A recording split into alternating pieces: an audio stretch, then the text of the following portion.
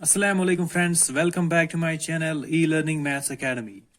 Friends, आज करो इस discuss class 12th mathematics chapter number 3 matrices. आज करो इस अमिक introduction part number first discuss. Friends, यूज मैट्रिसेस चैप्टर इशू वारिया important chapter for board exams as well as for engineering entrance exams. So इशू वारिया important chapter. बेशी easy chapter थे. Now, this is matrices. Matrices, अगर इस term विचो, matrices basically plural form. Image singular form छे, सो क्या छे? सो छे matrix. So इस matrices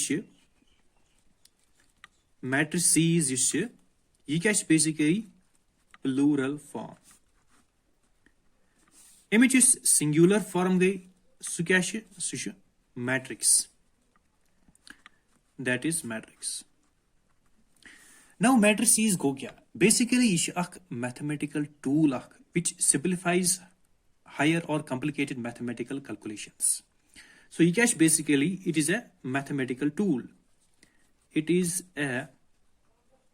mathematical tool which simplifies higher calculations, higher mathematical calculations, or complicated calculations shasa. Complicated mathematical calculations. Now, ये कते चीज़ वो ज़रूरत लगा. अगर इसका scientific research आसा, या data analysis आसा, या genetics आसा, economics आसा, sociology आसा, इस higher complicated calculations आसा, mathematical calculations आसा. तब चीज़ लगा ज़रूरत ये टूल चीज़ तब लगा ज़रूरत. Now अशन का हायर कैलकुलेशन करन के अशन का कॉम्प्लिकेटेड कैलकुलेशन करन के अस क्या करन अश स्टडी करन we have to study the basics of matrices. जैसे कि अशुशन मैट्रिसेस गो क्या, एडिशन ऑफ मैट्रिसेस कितन चीज करा, सब्ट्रैक्शन कितन चीज करा, मल्टीप्लिकेशन कितन चीज करा, टाइप्स ऑफ मैट्रिसेस क्या छे, बेत के लॉकल कांसेप्ट तम चीज करन यात में डिस्कस. नाउ इस विशो मैट्रिसेस गो क्या. Matrices अगर इसे simple definition which only simple definition that not a mathematical definition so शेज गॉड सो क्या शे इस matrices मतलब गो it is a mode of representing data to ease calculations मतलब कि अगर इसका information ची दित अगर इसका डेटा शी दित सो शी करा इतकन रिप्रेजेंट सच दैट इस कैलकुलेशन छि सगेस थोड़ा बहुत इजी सगेस थोड़ा बहुत सिंपलीफाई. जैसे कि बिनिम अख एग्जांपल ये एग्जांपल छि बुक छि मैथमेटिक्स बुक छि तत में छि दित एग्जांपल बिनिम सो एग्जांपल अगर मैं अख डेटा अख छि जैसे कि मैं छि 3 स्टूडेंट्स दित. जैसे कि राधा छि मैं अख स्टूडेंट अख ब्याक छि मैं फौजिया ब्याक छि मैं सिमरन यम छि मैं 3 स्टूडेंट्स दित. इस राधा छि एमिश नोटबुक 5 नोटबुक्स बेश एमिस पेन 4. ठीक गाइस इथे कन इस फौजिया छि तमिश नोटबुक 6 एंड पेन छि तमिस 3. इथे कन इस सिमरन छि तमिश नोटबुक 7 एंड पेन छि तमिस 2. ये इंफॉर्मेशन इशमा डेटा. अगर मैं यही डेटा आस करूं इन द फॉर्म ऑफ matrices अगर मैं रिप्रेजेंट आस करूं इन द फॉर्म ऑफ matrices बह कितकन कर बह कर कम ये डेटा करन बह represent in the form of matrices बह कर गड कम बह त्राव गड लॉन्ग स्क्वायर ब्रेसेस इतकन दिस साइड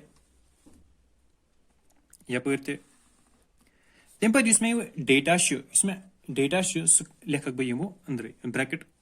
इनसाइड ब्रैकेट्स लिख बह जैसे कि 5 6 एंड 7. इथे कन मैं यम साइड 4 3 2. नाउ इसमें ये डेटा लूक इसमें रिप्रेजेंटेशन कर इन द फॉर्म मैट्रिसेस ये क्या करा इस गॉडनिच लाइन हॉरिजॉन्टल लाइन ये क्या करा इंडिकेट इस राधा तमिस 5 नोटबुक बेस 4 पेन. इथे कन ब्याक हॉरिजॉन्टल लाइन ये क्या करा इंडिकेट फौजिया तमिस 6 नोटबुक एंड 3 पेन. इथे कन ब्याक हॉरिजॉन्टल लाइन मैं करा इंडिकेट सिमरन तमिस 7 नोटबुक एंड 2 पेन. सो ये इस गॉडनिच हॉरिजॉन्टल लाइन यह horizontal line first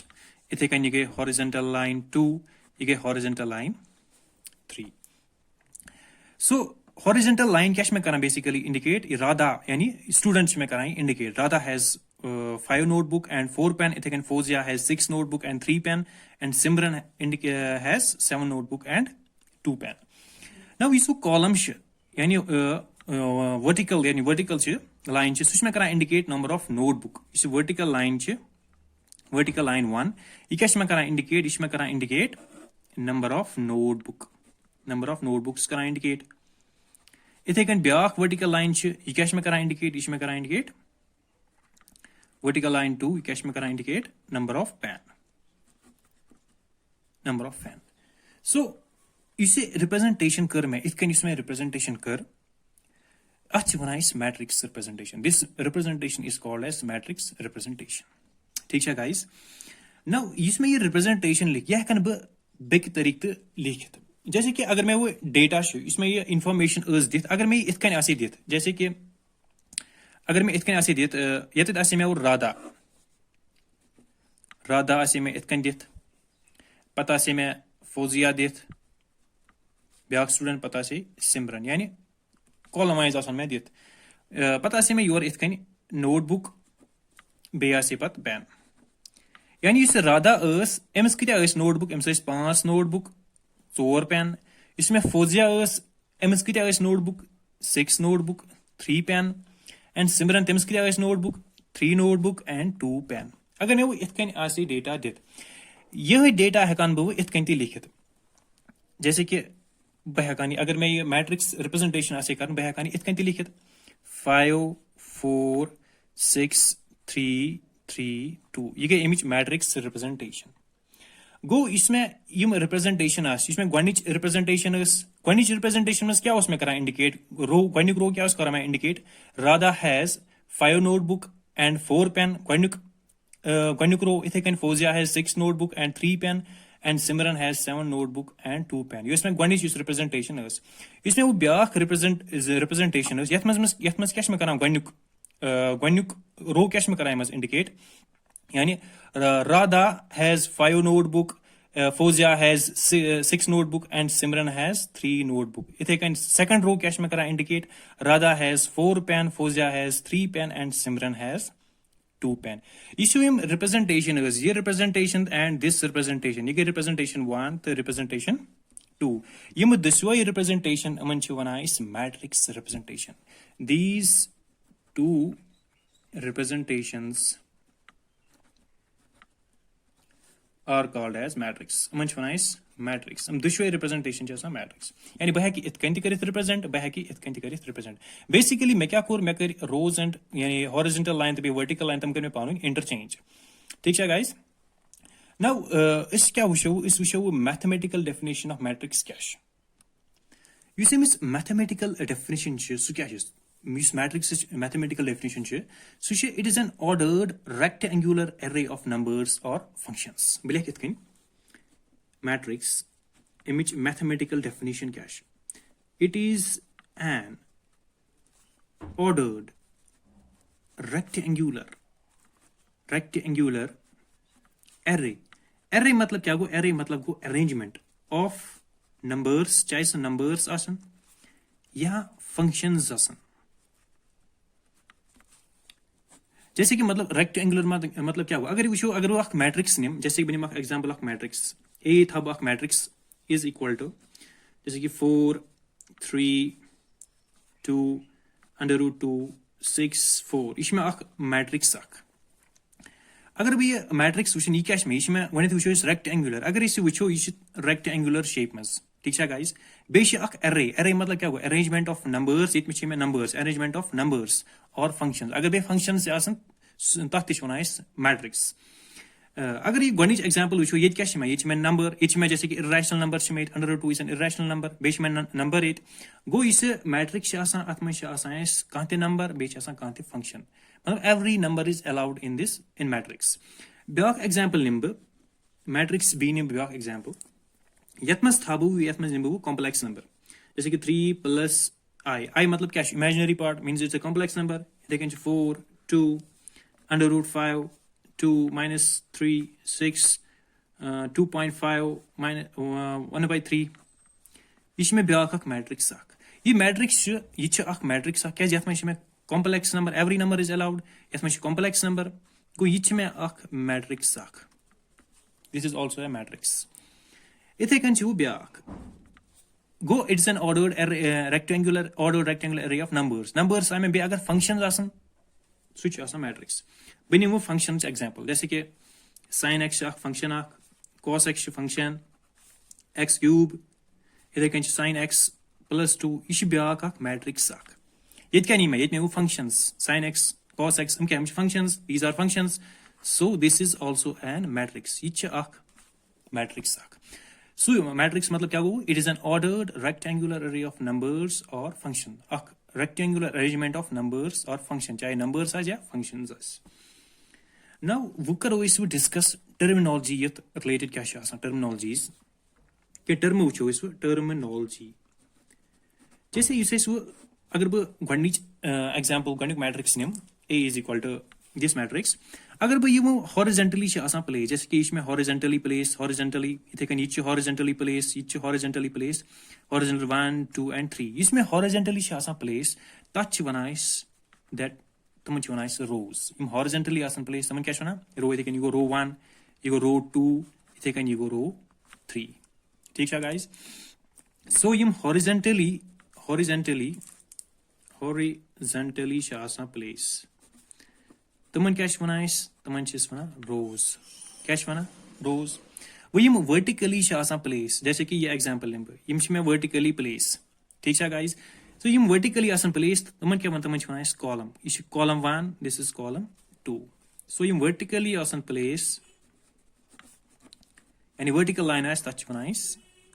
कॉलम तमन क्या तमन कॉलम्स ठीक है गाइस वो यम नंबर्स इनसाइड द मैट्रिक्स जैसे कि ये sin x cos x x cube sin x plus 2 क्या numbers inside the function in the matrix या ये numbers 4 3 2 under 2 6 4 numbers inside matrix so यम नंबर्स इनसाइड द मैट्रिक्स तमन वन elements so numbers inside matrix inside matrices inside matrix तमन क्या तमन वन elements these are called elements ठीक है guys so these are called elements यम नंबर इनसाइड मैट्रिक्स तमन वन एलिमेंट्स ठीक है गाइस सो यम टर्मिनोलॉजीज नाउ अम पत क्या वो order of a matrix order of a matrix important topic important concept matrices मज ऑर्डर ऑफ मैट्रिक्स मतलब क्या गो basically uses order of matrix it tells us how many rows and columns are in a matrix ekis matrices mas kitya rows kitya columns basically iti so order of a matrix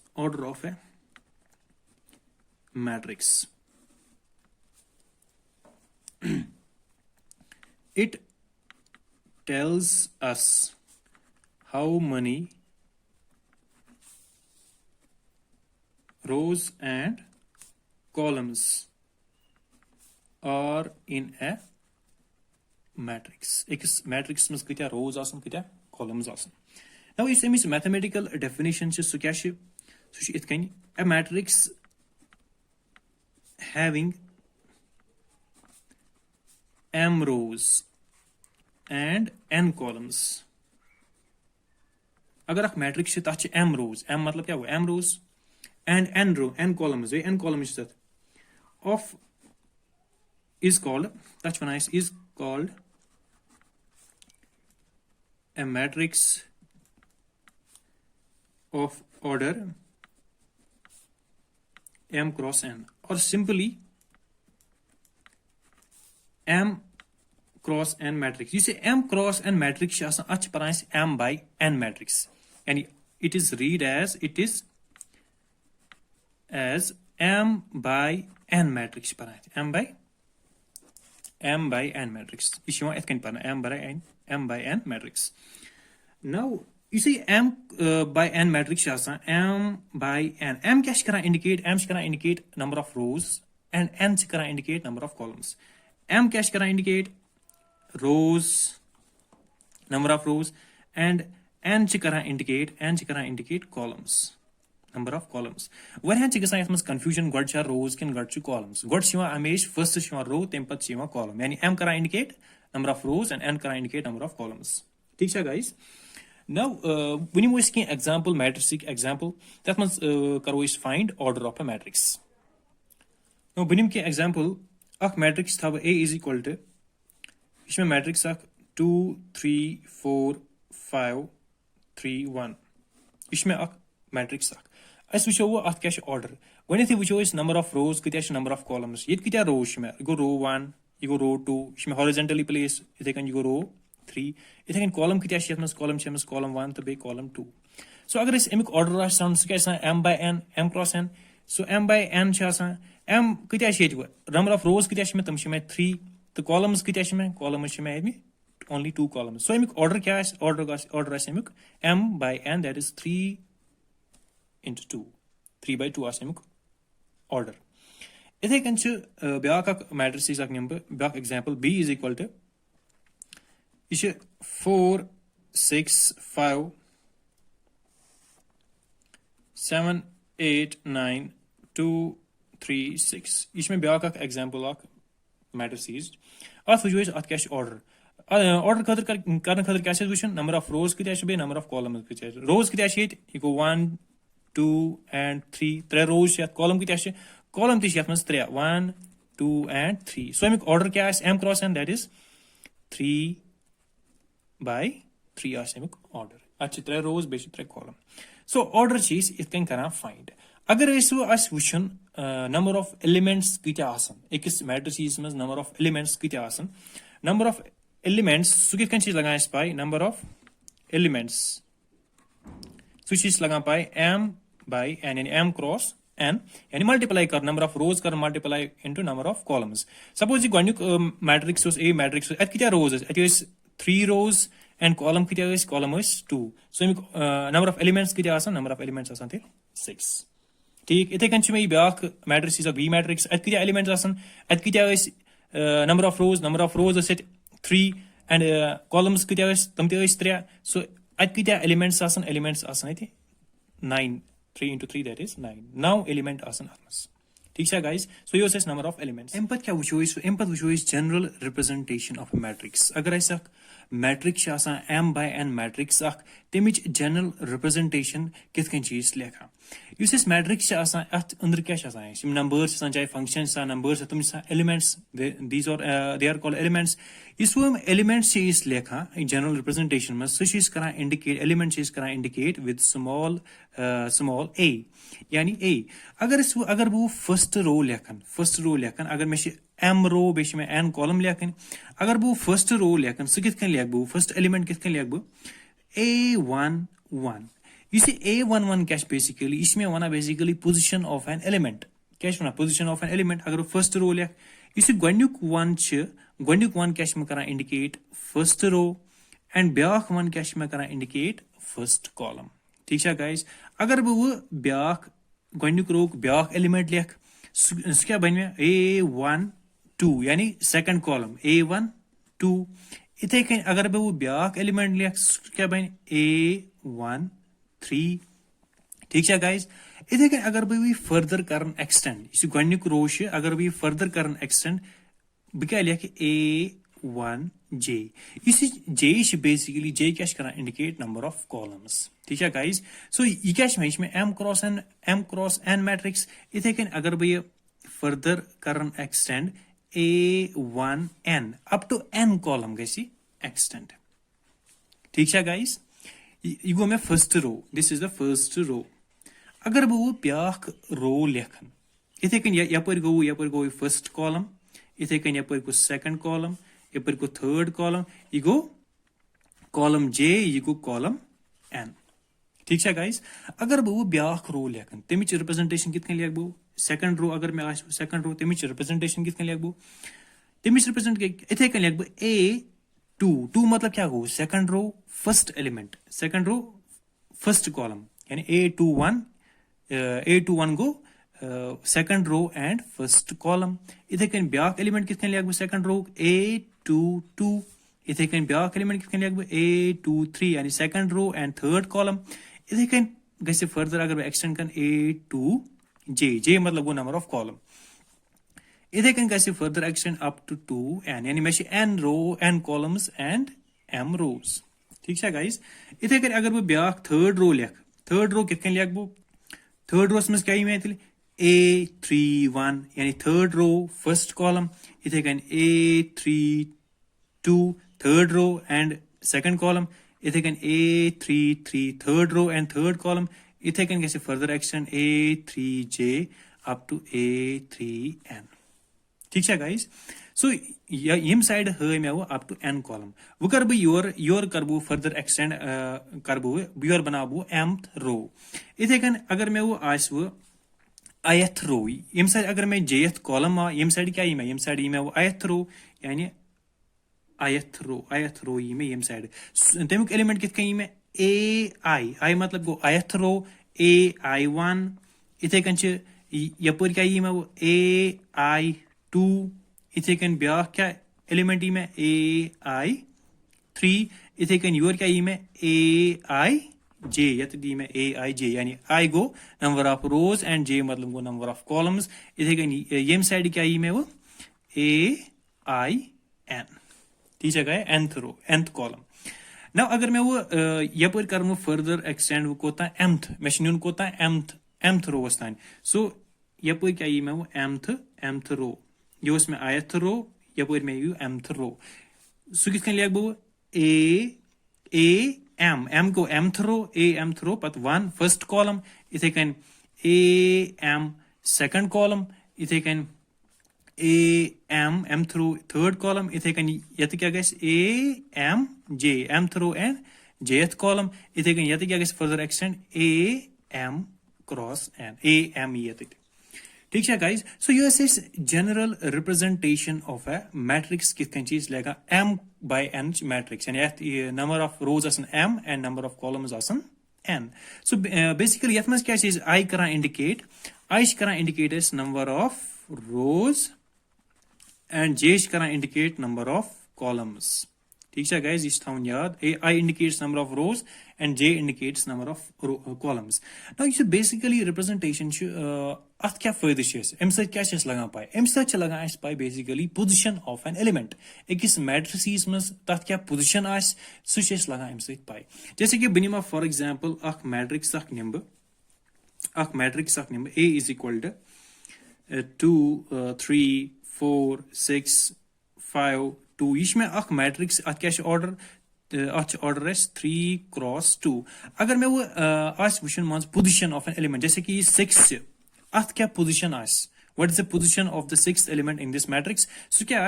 अमिच position क्या यह वो गो यह कत रोस मज यह second रोस मज पत कत कॉलमस मज में पत सेकंड कॉलमस मज गो अमिच पोजिशन क्या A2 मतलब क्या गो सेकंड रो पत कॉलमस मज कत कॉलम सेकंड गो A22 में अमिच पोजिशन इथे कन 5 पोजिशन क्या 5 पोजिशन क्या यह कत रोस मज यह थर्ड रोस मज गो A थर्ड रो कत कॉलमस मज में फर्स्ट कॉलमस मज यह गई अमिच पोजिशन इथे कन मैं ये 4 अमिच पोजिशन क्या 4 पोजिशन क्या अमिच पोजिशन क्या A second row and first column इथे कन 2 अमिच पोजिशन क्या 2 पोजिशन क्या A1 यह first row and first column इथे कन मैं 3 अमिच पोजिशन क्या अमिच पोजिशन 3 पोजिशन क्या A first row and second column इथे कन मैं 2 तमिच पोजिशन क्या तमिच पोजिशन A32 यानी third row and second column ठीक है गाइस सो बेसिकली इस रिप्रेजेंटेशन अम क्या लगा पाए अम लगा position of an element in a matrix now इस रिप्रेजेंटेशन यह हेको इतकन लिखित मैथमेटिकली हेको लिखित इतकन A is equal to A मतलब गो मैट्रिक्स कैपिटल A मैट्रिक्स अगर matrix Aij m cross n अगर m by n मैट्रिक्स तथ एलिमेंट्स A तमिक एलिमेंट्स तम कर denote with small a and तथ ith row and jth column इस आयुक वैल्यू क्या 1 to m एंड j युक वैल्यू क्या यानी कॉलमुक वैल्यू क्या 1 to n इस I तो j I and j belongs to the natural number ठीक है guys. So ये ٲس एमिच general representation of a matrix. ठीक है guys. So अम पत क्या वुचो इस अम पत वुचो इस types of matrices तम करो इस discuss next lectures में. ठीक है guys. So guys, thank you for watching e-learning maths academy.